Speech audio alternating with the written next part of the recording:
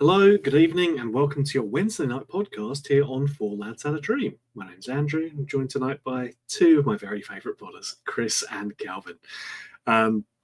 Gents, it's a pleasure. Unfortunately, I know that folk are tuning in hoping that we've got definitive news. We don't have definitive news at the moment. What we can say is that most reports are still saying that it's still between Muscat and Roll. Roll looks less likely to be the guy. He's drifted out in terms of the odds, but we don't know anything for sure. It's still all unconfirmed. And as we saw with Steven Gerrard just this past weekend, until it's done, anything can happen. But it's a pleasure to be here, gents.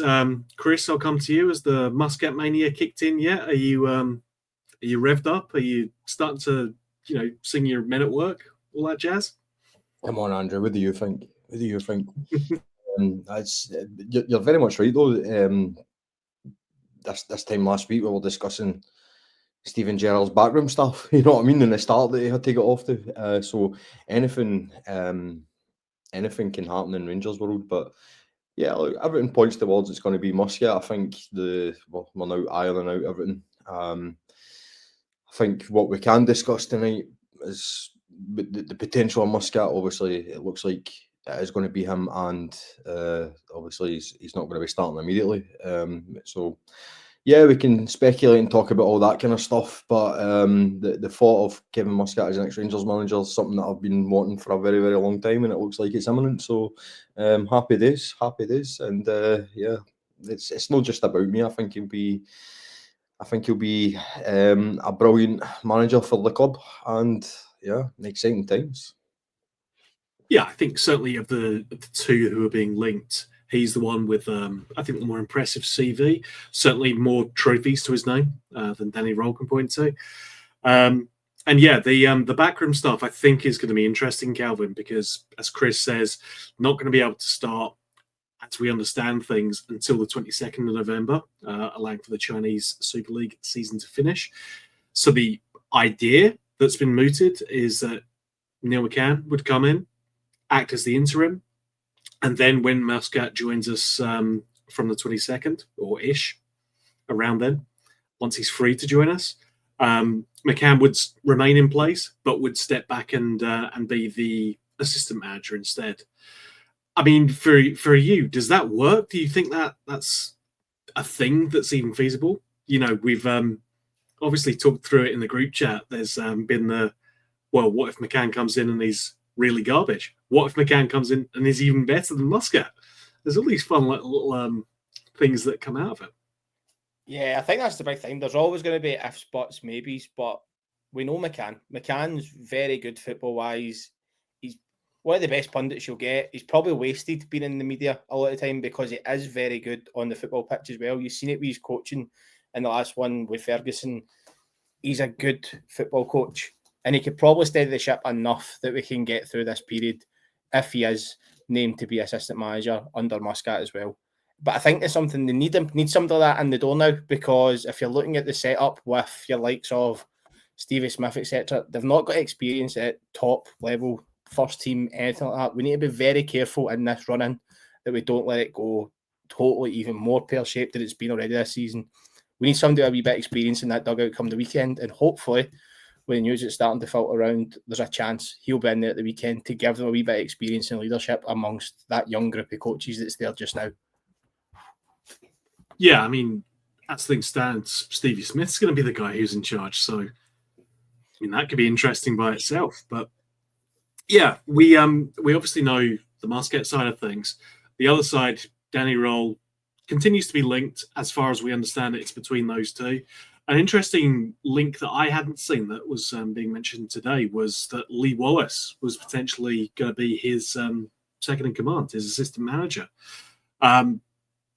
Chris, I mean, obviously the board's changed since Lee Wallace left, which might remove a bit of an impediment to him coming back. But I don't know. It's just struck me as a bit of an odd one. It honestly hadn't occurred to me that would even be a possibility. Yeah, and you've also got and by the way, just before I come on to your answer, get it up you as well, Tremendo. Just a wee bit of Twitter banter there. You've got a wee bit of desperation from Danny Rowe's camp as well today, because it's also come out that he's going to appoint Stephen Davis. If that was the case, that would have been out long before. So I think Danny Rowe and his side know that he's not going to get it, and this is just one last fling of the dice to try and get some support behind him, but bringing up such a big name like Stephen Davis. Lee Wallace, is somebody I hold in high regard. I feel that the way he was treated by the club was disgusting, to be honest with you. That's a guy that stood by us, and because he wasn't very happy about a very much embarrassing Old Firm defeat, he was ousted and treated like a black sheep, which is not something that should ever have happened. So Lee Wallace for me is always welcome back at the football club, regardless of who the manager is. But what I will say about that is Lee Wallace is, I believe he's still involved at like Kelty, I believe, or someone around that kind of neck of the woods. I may be completely wrong about Kelty, but he's certainly involved in Edinburgh somewhere with one of the youth teams. He's nowhere near ready to step up to the Rangers senior team. So that made me nervous seeing that initially. But I don't want to count my chickens, Andrew, but I don't think it's anything that we need to worry about. I just want to, more Muscat chat. Well, yeah, I mean, obviously, I think everyone would like us to be able to come on and say, no, it's all done, actually. Kevin's going to be there after Neil McCann takes the reins for a bit. But, Stevie, nothing can happen until he's back from his holidays anyway. So, stay tuned to the Friday pod, lads. Selfish. Yeah, well, of course. Yeah. It's disgusting from the wee man. What can you do? We'll just scramble on. And scrambling on, I think, is what Rangers have looked like they've been doing, because, the appointment of Steven Gerrard's, as you said, Chris, going to be a done deal as far as, we were talking up until last Saturday. And then all falls apart, and suddenly it's Kevin Muscat, Danny Rowe. It doesn't look particularly great. I mean, we've seen already this season, Forest and West Ham, they've made changes. Instant replacements are ready and come in. So what does this say about Rangers and how prepared we are in terms of our football operations? Yeah, it's just been... It's the same for the summer. Like, the summer was a bit of a merry-go-round. It's never went to plan, and I think that's probably one of the biggest. I think we know it's one of the biggest reason that Gerrard didn't take the job. There's too many questions, too many grey areas in that football operations side right now. The scrutiny that Thelwell should be under should be massive. Like the transfer dealings, the setup to get the first manager, the fans knew that was never working, and I think we were all clear it was never working. And as soon as a manager comes in with that much of a backlash, the pressure's unreal, and the fans never bought into him at all. There was a few that kind of dwindled at first with interviews and things like that, but in general, when the football started, we sussed it out very, very quickly, and he should have probably been out the door 3-4 weeks before it. It got to the stage it was just nobody was happy going to the football, and that comes out of the decisions that Thelwell, Stewart, etc. were taking. It's not good enough. The appointments that he's made in the last couple of weeks still isn't good enough. It looks very questionable, and the transfer dealings should be very questionable, especially the ones at the end for massive money, when we had options out there where we could have got cheaper and they look much more prolific than what we've ended up with. And it's going to affect your next set of managers. What it looks like it's going to be Muscat or Danny Rowe just now. They need to be right foot on the door, and I think that's where Gerrard, in terms of what he dealt with Thelwell, went, I'm not getting the final say, and it's me that's going to get my head hung if this goes wrong. And that should never be the setup. The manager should always have the final say in terms of players coming in, because he needs to get them on the park and winning. No, I agree. I think that's I think no one said officially, right? No one from Gerrard's camp, no one from our camp, Rangers camp, has officially said why things have fallen apart. But people close to Gerrard's camp have intimated that was the problem. There's a big rumour that went round today, Chris, that Thelwell had been sacked, which got everyone very excited on Twitter for about 10 minutes until the club came out and rubbished it. So, I mean, we've spoken obviously about Thelwell and Patrick Stewart as well to a degree, in that none of this makes them look particularly good, even if they, this is your first choice, I think, in terms of manager that you'd want appointed. But even if they do make this appointment, it's the fact that we're doing this 17 games into a season, and it's going to be a few more games before Muscat will actually join us as well. It doesn't exactly speak to a lot of competence coming from the footballing direction area of the business. No, listen, it's quite apparent they don't actually know what they're doing. And I think I can say that with confidence, purely on the basis that in the summer, Kevin Muscat should have been appointed in the summer, and he wasn't even mentioned. It was between Russell Martin, Ancelotti, and Steven Gerrard. And then you come to this round of recruitment. We've had nearly 2 weeks to get this sort of sewn up. Everyone and their dog could see Russell Martin was never going to work. It was never going to last. And what really kind of kept my morale up at times under the darkest days of Russell Martin was they must be keeping him in role because they're lining up the replacement. They're making sure that they're going to have the replacement lined up, ready to go after they sack him. But what's became apparently obvious is they had no plans to sack him at all whatsoever, and they had to do it. They had to bow down to the fans' demands. I believe if it didn't get as toxic as it did get, which it should never have came to that, but if it didn't get that toxic, Russell Martin would be preparing the team for Dundee United this weekend, and that's a joke. That's a joke. And Kevin Thelwell and Patrick Stewart, they need to preempt these things. They need to have contingency plans for the contingency plan for the contingency plan, and they didn't. They just seem to have been winging it. Kevin Thelwell seems to be, just delving into his book of contacts to get coaches and administrative staff and players. And then you look at Patrick Stewart, how many ex-Manchester United guys are now currently on the board? You've got the interim commercial director. You've got this new, I don't even know, is it the chief operating officer who used to be a police officer who worked for Man United? There is no out-the-box thinking, and it just beggars belief. And that's why Muscat wasn't in the frame in the summer, because he's so far removed from what these guys know or what these guys look at. And to be honest, I want him. I've wanted him for a long time. I'm surprised that we're actually close to appointing him. But that takes me back. That takes me to my next point. There's no way that this Rangers board, whether it be the football board or the operations board, if you will, or the business side of it, there's no way they aren't keeping an eye on the fans' temperature. They are. I believe a lot of these names have been leaked by Rangers themselves to gauge the temperature.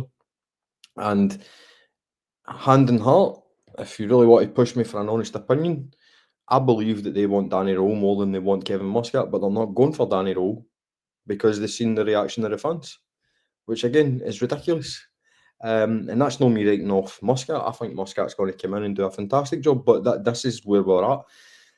Kevin Thelwell and Patrick Stewart, their respective roles are it's beyond hanging by a thread. I would say Patrick Stewart's untenable.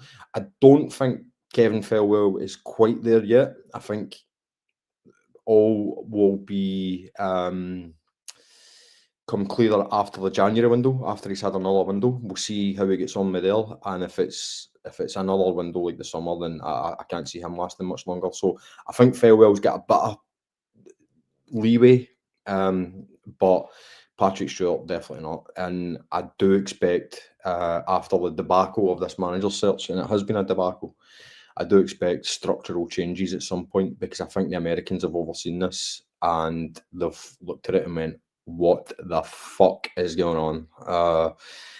And do you know what? See, if the Americans aren't thinking that, then I've been in big trouble, regardless if it's Muscat or not. No, completely agree. I think, even if we end up, like we say, even if we end up on the right decision, we've reached it by doing the wrong things to get there, and getting Muscat. And Calvin, I mean, we've talked plenty about Patrick Stewart and Thelwell, but like making decisions like signing your own son to be the head of recruitment doesn't look good, even, you know, at the best of times. You know, Rangers are winning everything and everything's magic. Even then, it still looks a bit dodgy. Doing it in the context of this, where, you know, you're a couple of weeks away from sacking your manager, it just reflects really badly on you. I'm inclined to agree with Chris because Thelwell's relatively recently in the door, but I think he's absolutely, you know, in a position where he needs to be questioned because he's had to sack, you know, the best coach he's ever worked with, and it doesn't speak to you know, something that I think a lot of the fans are in agreement with in terms of their trust and his judgment when it comes to players, managers, etc. So we'll see how things go, but certainly I don't think their positions long term look very secure. Certainly not. I think the biggest thing the people like that need to remember in those roles, bringing in people from the it happens all over the world. If you're in a job, you'll bring in people that you know. But when you're playing with somebody else's money, which they certainly are, because the Americans are the investors and they're just the people brought in, you need to make sure you're doing that to the best of your ability and not to who can I help out that was in the boys group before.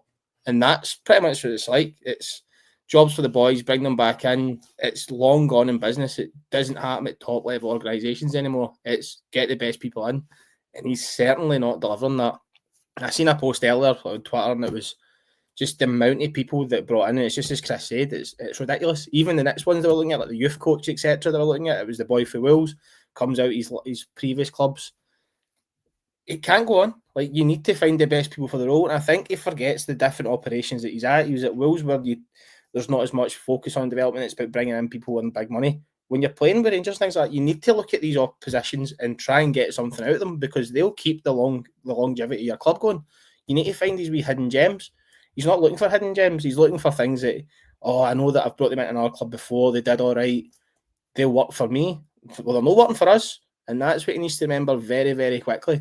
And it's a totally different ballgame. And that's what I'm starting to look at is they're used to working in a different operation where it's Premier League where you can throw millions and millions and millions and millions. And back then, a Chermiti deal for him would have probably not looked that bad. But that's the biggest signing we're going to make probably for the next year or two because we're not making the money back off him. And they need to be very careful of spending that type of money again. And I wouldn't be trusting them as a fan. And if it's the Kavanagh's and Martagi's money that's getting done, they're not trusting him with that money again. So I think his coat is very close to being taken right off that door. And it should be. Yeah. Blue Whales are blue. Again, massive supporter of the pod. Appreciate you so much for that donation. Didn't have to do that, but thank you so much. Making the point, you know, this is not exactly an unprecedented situation with Kevin Thelwell because he signed his son as a technical scout over at Wolves when he was 17 as well. It's not a good look ever. I think even if it's the best thing in the world, even if it's your own money, it's still not exactly a great look. To do it with someone else's money, as you say, Calvin, is not exactly, doesn't exactly engender a lot of trust, I would say, in the person who's doing it. But Chris, I mean, let's have a look at the players. Again, away from us, some of these guys seem to be doing really well. Chermiti scored his first goal in 2 years for Portugal under-21s. Raskin continues his excellent international form, getting all manner of good write-ups for his performances for Belgium. Moore's doing really well for England under-19s as well. I think it was a hat-trick he scored in one of those games. And Nadim Barami as well is also, Dan Hings for Albania. So we've seen that these players do have strength. They do have potential, just not at us so far this season. So is there hope that a better, maybe Australian flavoured manager can get a bit more joy out of these guys going forward? I mean, this is no glowing reference of Kevin Muscat, but it wouldn't be much difficult, any more difficult to actually get a better tune out of these players than what Russell Martin did. They were literally rock bottom in performances, attitude, and application. And you really should be, or we really should have been focusing on the players as much as Russell Martin, but we could all see the players didn't have a clue what they were meant to do. So I think the vast majority of the players did get a bye. So I can understand that. But as I said, after Martin was dismissed, all focus is now on the players.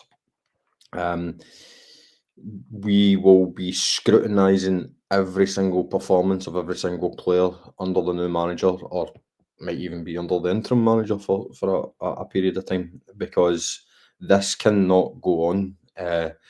This is a new group of players, albeit they're led by James Tavernier and Jack Butland and John Souttar, so that they're kind of names that have seen off quite a few managers now. This new group of players cannot see off another manager, and this leadership group certainly. I believe this is the end of the leadership group, by the way. I genuinely believe they're going to be split up. They're going to be absolutely nuked. So I'm not too worried about that, but it can't happen again. These players have to show the correct attitude and the correct application. And I genuinely believe that Muscat, not to talk about his tactics too much, because I don't think it's really relevant just now, especially when he's not in the job, but he doesn't overcomplicate the game. A lot of people will think that he overcomplicates the game because of his high octane style. He looks for constant running, work rate, off the ball, pressing, and then when you've got the ball, get that ball forward as fast as you can, get yourself into position, and then find yourself in a position to score. It doesn't sound overly complicated, and really, in essence, and by its very principle, it isn't, because there's no half space turns. There's no finding a man from a throw in, so you take 45 seconds to take the throw in.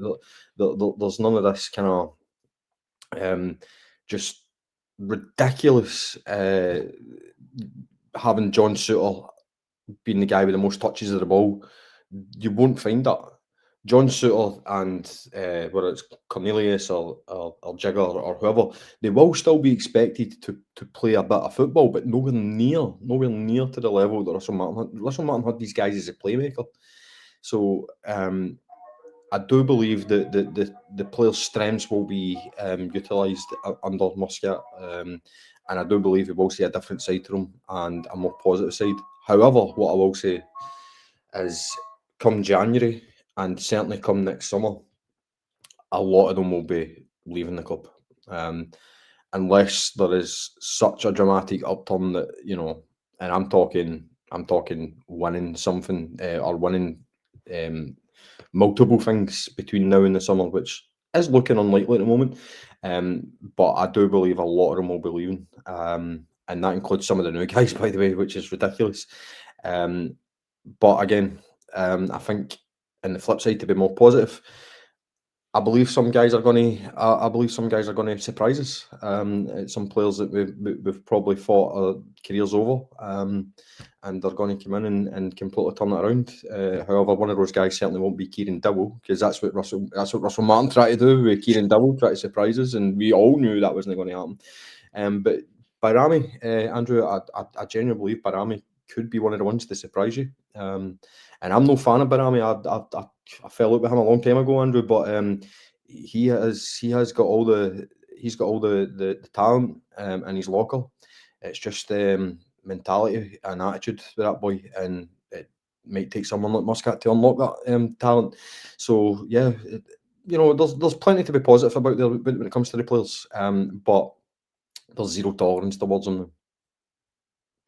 Well, I think, as you say, Chris, these some of these players have seen off a number of managers already in their time. So, yeah, there's going to be a lack of tolerance, I think, for the same things happening again. Especially, someone like Kevin Muscat, who's familiar with Rangers. He'll be aware of it. Certainly, Neil McCann has been, in charge of this squad or involved in the coaching of this squad already, relatively recently. So he will know some of the, let's say, the improvements or changes that need to be made. But Calvin, we've said, for a while that we don't think that this squad is showing the potential. They're not showing the best, I guess, of what their potential is. But I think it's a question of forgetting, how well these players perform in training and start seeing how well they can perform on the pitch instead. Yeah, there's no point performing on a Thursday morning or a Friday morning if you can't do it on a Thursday night or Saturday or Sunday.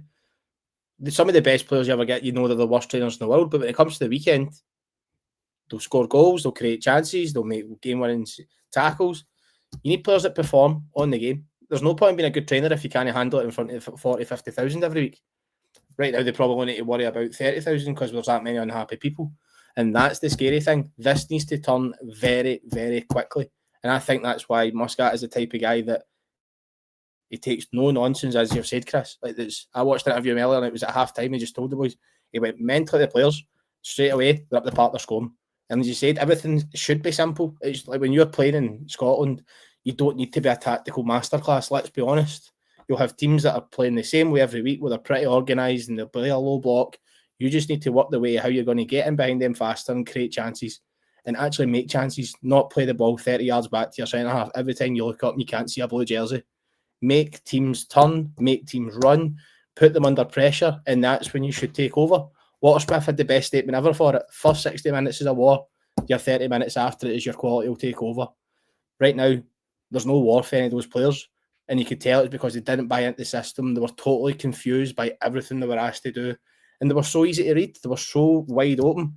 Managers picked that team apart because pretty much anybody could have picked them apart. The gaps were massive all over the park. The team weren't playing together, but they trained well on a Thursday, Friday. So they should have been picking up the points.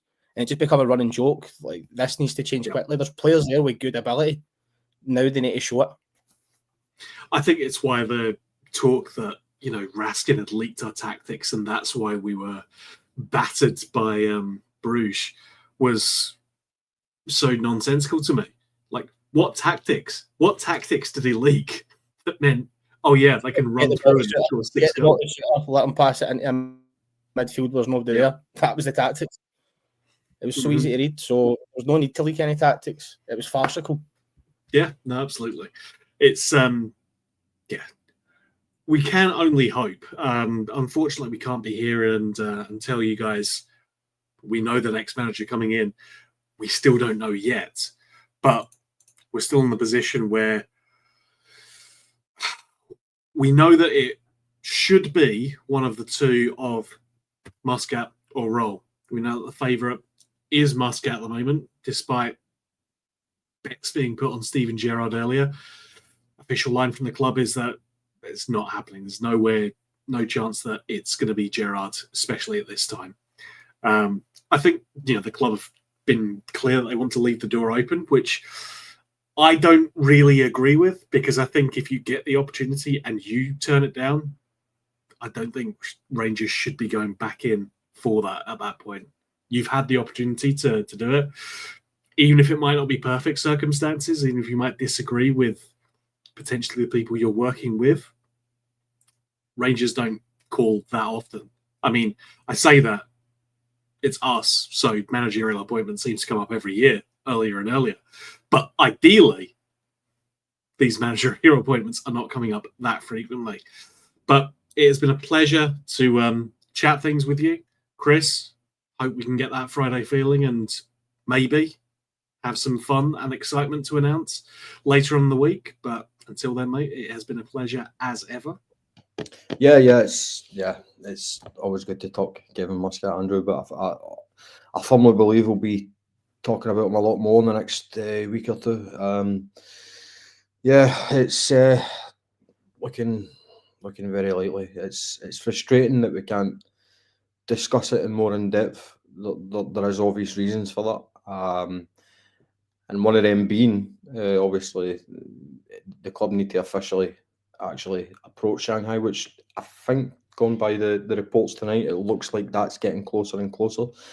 And then obviously that's when we know that the ball is rolling in that. But when all's confirmed, Andrew, I think the conversations will be long and interesting and very, very positive until we first drop points, where I'll be the first to ask for him to leave the club. So, Chris, I know you'll be the first there to say I never wanted him, and I think he's been shit from the start. there is zero public record of me ever wanting Kevin Muscat when this all goes wrong. But I It's know Chernobyl news. I've been getting that a lot. Obviously, if this goes tits up, then I'm going to be the next John Walker and stuff like that, and that's fine. But, I'm not worried about that. I'm not worried about that. I'm sure that I'm sure I'll be proven right. I am very sure, actually, very sure. But as I say, we'll discuss it more in depth. Hopefully, well, don't worry, Andrew, because when it is confirmed whether it's a Wednesday or not, I'll be on the podcast. So I know. I know you'll be here, man. And yeah, again, Calvin, appreciate you, man. Always good to chat. And yeah, here's hoping we've got some positive news to announce very soon. Thanks for having us, guys. Good to have a chat. We will get a positive podcast one day, won't we? Hopefully in the next few days we'll be able to chat about it. Everything's crossed for that one. But yeah, great to always chat about the Rangers no matter what. No, for sure. And yeah, thanks again to everyone who's tuned in. Over 5,500 of you across Twitter, Facebook, and YouTube. Again, every time blows me away the level of support. Thanks again to Bluebells of Blue for the 10 euro donation as well. Really appreciate that. Didn't have to do it, but thank you so much. You're one of the loyal ones, and we appreciate you immensely. If you do want to sign up for a membership to the YouTube, you can get more exclusive things, first and favourites interviews with Davey, including Calvin, yourself, talking about your favourite players, managers, all that good stuff. You just scan the QR code up there, boom. And yeah, get signed up, get some exclusives. Of course, you get to use the stickers as well. You can get that lovely one of Calvin there, just, recovering from a tickle night in Ibiza. There's plenty of others as well, but that's the most fun one for me at the moment. As ever, folks, it's been a pleasure to talk to you. Please stay tuned. As soon as there is breaking news, Stevie will have us out, if not leading it himself. We want to be able to bring the news, and we will do so as soon as something is confirmed. We are hopeful that we'll get something in the next few days, but please stay tuned until then. Thank you again for tuning in, guys. We appreciate you so much. And until we talk to you again, folks, goodbye for now.